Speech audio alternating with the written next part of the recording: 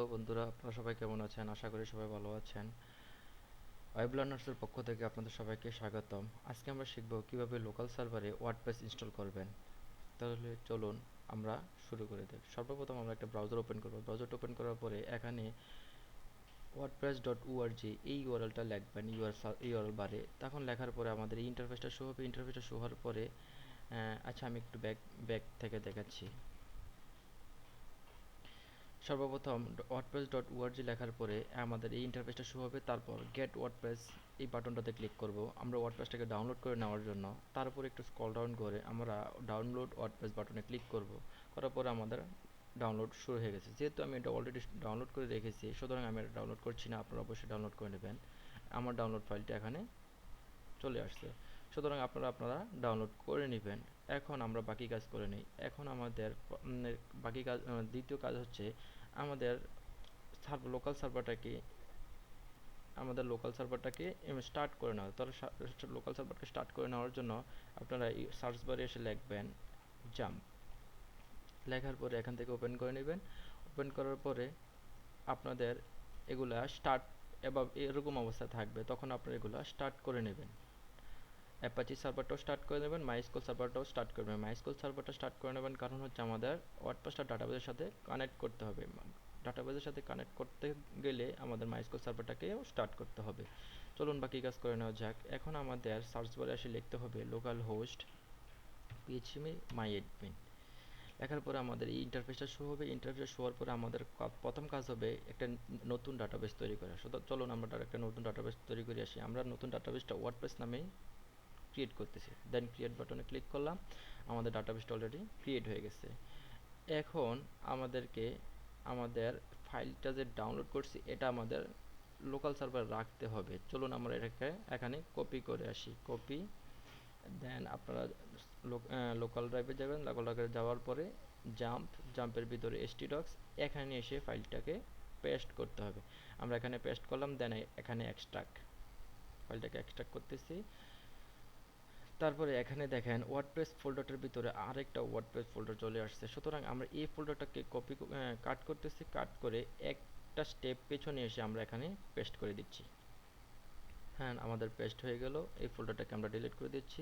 এখানে চাইলে আপনি ওয়ার্ডপ্রেস ফোল্ডার নাম ওয়ার্ডপ্রেসও রাখতে পারেন, আপনার ইচ্ছা মতো যে কোনো নাম রাখতে পারেন। তবে মনে রাখবেন এই নামটা যে নামেই রাখেন না কেন সেই নামে যাতে আপনার এখানে এসে সার্চ দেন। নাহলে যেমন লোকাল হোস্ট আমরা কি নামে রাখছি, ফোল্ডারটার নাম ওয়ার্ডপ্রেস,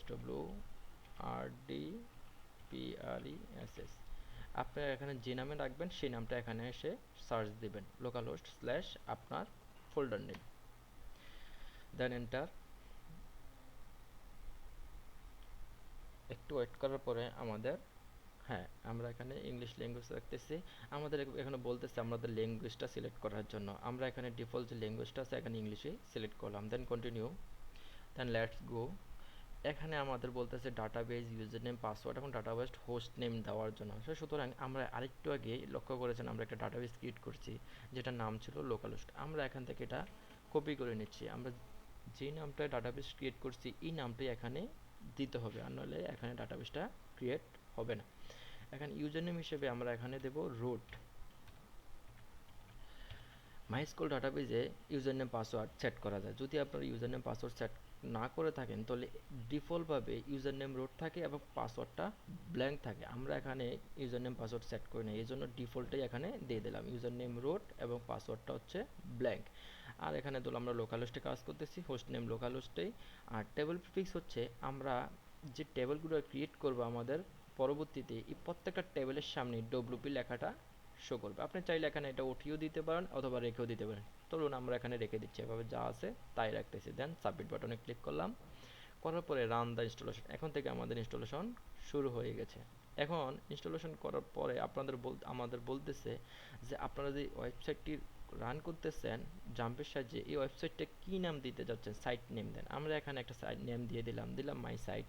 এখানে আমাদের অ্যাডমিন প্যানেলে ঢোকার জন্য আমাদের একটা ইউজার নেম একটা পাসওয়ার্ড লাগবে। এখন একটা ইউজার নেম পাসওয়ার্ড দেওয়ার জন্য আমাদের বলতেছে ইউজার নেমটা আপনি কী দিবেন। আমি এখানে অ্যাডমিন দিয়ে দিলাম, আপনি আপনার ইচ্ছা মতো দিতে পারেন। আর পাসওয়ার্ডটা এখানে তার একটা পাসওয়ার্ড জেনারেট করে দিচ্ছে, স্ট্রং পাসওয়ার্ড। আপনার ইচ্ছা করলে একটা স্ট্রং পাসওয়ার্ডও দিতে পারেন এবং আপনার ইচ্ছা মতো একটা পাসওয়ার্ড দিতে পারেন, তবে চেষ্টা করবেন স্ট্রং পাসওয়ার্ড দেওয়ার জন্য। আমি এখানে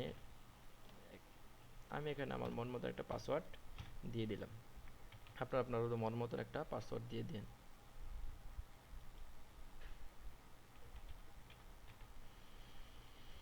এখানে কনফার্ম উইক পাসওয়ার্ড, যেহেতু আমি উইক পাসওয়ার্ড দিচ্ছি আমি কনফার্ম করে দিলাম উইক পাসওয়ার্ডটা। এখন আমাদেরকে যে কোনো একটা ইমেল দিতে বলতেছে, ইমেল দিলাম। পরবর্তী যখন আমরা ইউজার নেম বা পাসওয়ার্ড ভুলে যাব তখন এটা রিকভারি করার জন্য আমাদের একটা ইমেল দরকার হয়, সেই ইমেলটা এখানে দিয়ে দিলাম।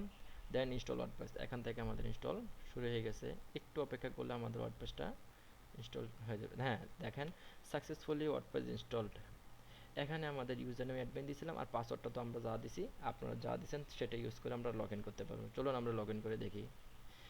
লগ ইন, আমরা ইউজার নেম দিয়েছিলাম অ্যাডমিন, পাসওয়ার্ড দিয়েছিলাম পাসওয়ার্ড। আপনারা ইচ্ছা করলে এখানে পাসওয়ার্ডটা সেভ করে রাখতে পারেন, পরবর্তীতে যাতে আর ইউজার নেম পাসওয়ার্ড দিতে না হয়। হ্যাঁ দেখেন, আমাদের ওয়ার্ডপ্রেসটা সম্পূর্ণভাবে কমপ্লিট হয়ে গেছে। এইটা হচ্ছে আমাদের ওয়ার্ডপ্রেসের অ্যাডমিন প্যানেল, যেখান থেকে আমাদের ওয়েবসাইটের সম্পূর্ণ কন্টেন্ট আমরা এখান থেকে চেঞ্জ করতে পারবো, এডিট, আপডেট, অ্যাড, এভরিথিং এখান থেকে সব কিছু সেট আপ করতে পারবো। এখান থেকে দেখে আসি আমাদের সাইটটা কী অবস্থায় আছে। এখানে মাই সাইটে ক্লিক করলাম, দেখুন আমাদের এটা হচ্ছে যখন ইউজার ঢুকবে আপনার ওয়েবসাইটে তখন এইটা শো করবে। হ্যাঁ, তাহলে আমরা ওয়ার্ডপ্রেসটা সম্পূর্ণভাবে সাকসেসফুলি ইনস্টল করতে পারছি।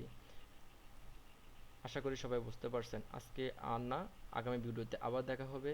সবাই ভালো থাকবেন। আর হ্যাঁ, একটা কথা, যারা আমার চ্যানেলটাকে এখনও সাবস্ক্রাইব করে নাই তারা অবশ্যই সাবস্ক্রাইব করে নেবেন পরবর্তী লেটেস্ট ভিডিও পাওয়ার জন্য সবার আগে। থ্যাংক ইউ, সবাই ভালো থাকবেন।